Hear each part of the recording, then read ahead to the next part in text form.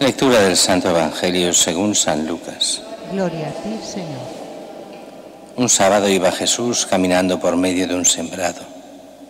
Sus discípulos arrancaban y comían espigas, frotándolas con las manos. Unos fariseos dijeron: ¿por qué hacéis en sábado lo que no está permitido? Respondiendo Jesús les dijo: ¿no habéis leído lo que hizo David cuando él y sus compañeros sintieron hambre? Entró en la casa de Dios tomando los panes de la proposición, que solo está permitido comer a los sacerdotes, comió él y dio a los que estaban con él. Y les decía: el Hijo del Hombre es Señor del sábado. Palabra del Señor. Gloria a ti, Señor Jesús.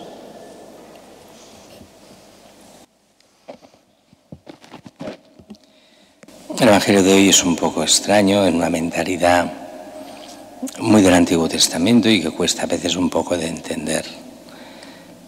Un sábado Jesús y sus discípulos van por el campo.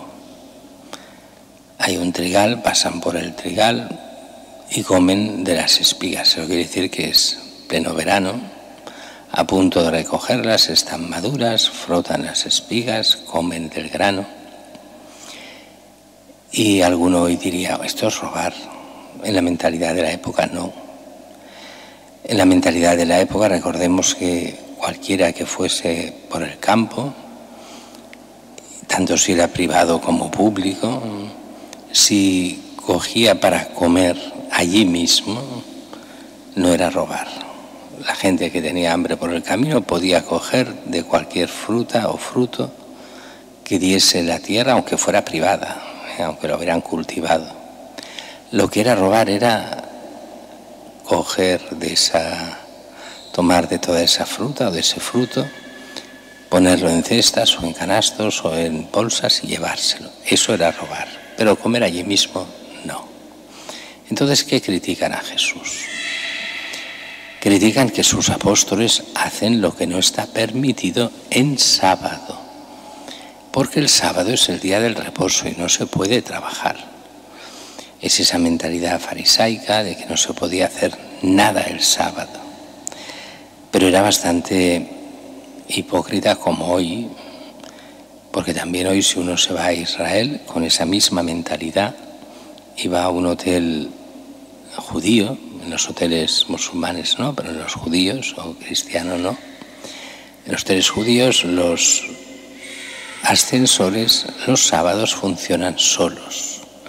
Continuamente suben y bajan piso por piso y no se puede llamar al ascensor porque ese es mucho trabajo, prohibido por la ley. Esa hipocresía, apretar un botón es mucho trabajo y eso iría contra la ley. Dices, eso no han entendido nada, es la hipocresía por la hipocresía. Y entonces Jesús les da dos ideas sin desarrollarlas.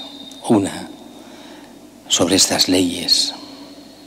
¿No habéis leído lo que hizo David cuando él y sus compañeros sintieron hambre? Estaban huyendo del rey Saúl. Sienten hambre, entran en la casa de Dios, en el santuario, toman los panes de la proposición, que solo podían comer los sacerdotes, y comen ellos, él y sus compañeros. Dicen, el mismo David se salta la ley. Qué raro. Jesús es el descendiente de David. David será después el rey, no lo era en ese momento, pero ya estaba consagrado por el profeta como rey. ¿Qué pasa aquí? La ley entonces no es absoluta, estas leyes así pequeñas. Pero después da el gran mazazo que yo creo que no acabaron de entender lo que les decía, porque dice, y les decía, el Hijo del Hombre es Señor del sábado.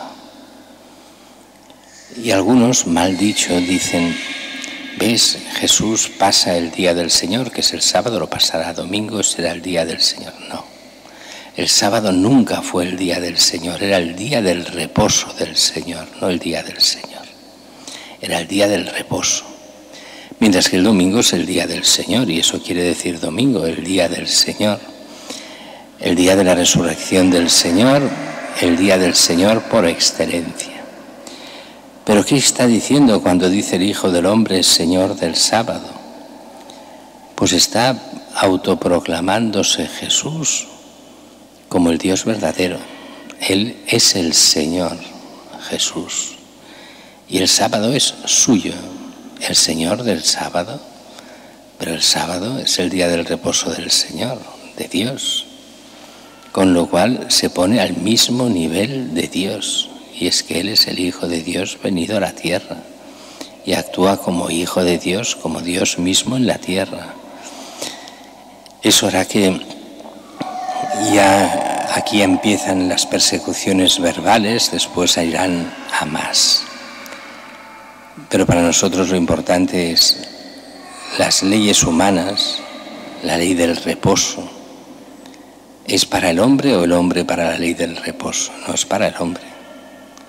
Quiere decir que no somos esclavos del reposo, sino que se nos da la posibilidad del reposo para que la aprovechemos, pero no con esa mentalidad del no se puede hacer absolutamente nada. Es cierto que nosotros nos hemos pasado al extremo opuesto y muchos cristianos pues van a comprar los domingos porque muchas tiendas abren, pues las tiendas abren, vamos a comprar el domingo. Y lo que hacemos es que aquellos que podrían tener reposo no lo tengan. Y que aquellas familias que podrían estar juntas el domingo no puedan estar juntas. Y nosotros nos pasamos al extremo, decimos opuesto, del no hacer nada, a que el domingo no cuenta como reposo, a que el domingo es el día de hacer muchas cosas, cuando el domingo es primero el día del Señor. Esto es muy curioso cuando se hace la catequesis y se habla con las familias y con los niños y se les habla de la misa el domingo y tal. No tenemos tiempo. El domingo hay muchas cosas que hacer. Ya no solo no es el reposo, sino que siendo el día del Señor deja de ser el día del Señor para ser el día de todo. El día del fútbol, el día de los deportes, el día de las excursiones, el día de los pequeños viajes, el día de lo que queráis, menos del Señor. Y eso, por desgracia, a veces pasa hasta entre los cristianos. ¿Cuántas veces hay cristianos que cuando llega, por ejemplo, el día de Navidad, uno de los días cristianos por excelencia, pues hay cristianos de misa diaria que ese día no van a misa? Es que hay que preparar la comida para la familia, hay que dejar hasta el último detalle para la familia, todo es la familia, y ese día Dios, el Hijo de Dios, aquel por el cual se celebra la Navidad, no cuenta, queda fuera. Pidamos al Señor que nos haga entender estas cosas. El reposo no es un absoluto, ni muchísimo menos. Las leyes por las leyes no valen. Las leyes valen por Cristo y por amor a Cristo y al prójimo. Pero primero es Cristo. Y eso nos cuesta muchas veces de entender. El gran mandato es reconocer a Cristo como el Hijo de Dios, amarlo y seguirlo, y siguiéndole, entonces sí, amar al prójimo como a nosotros mismos.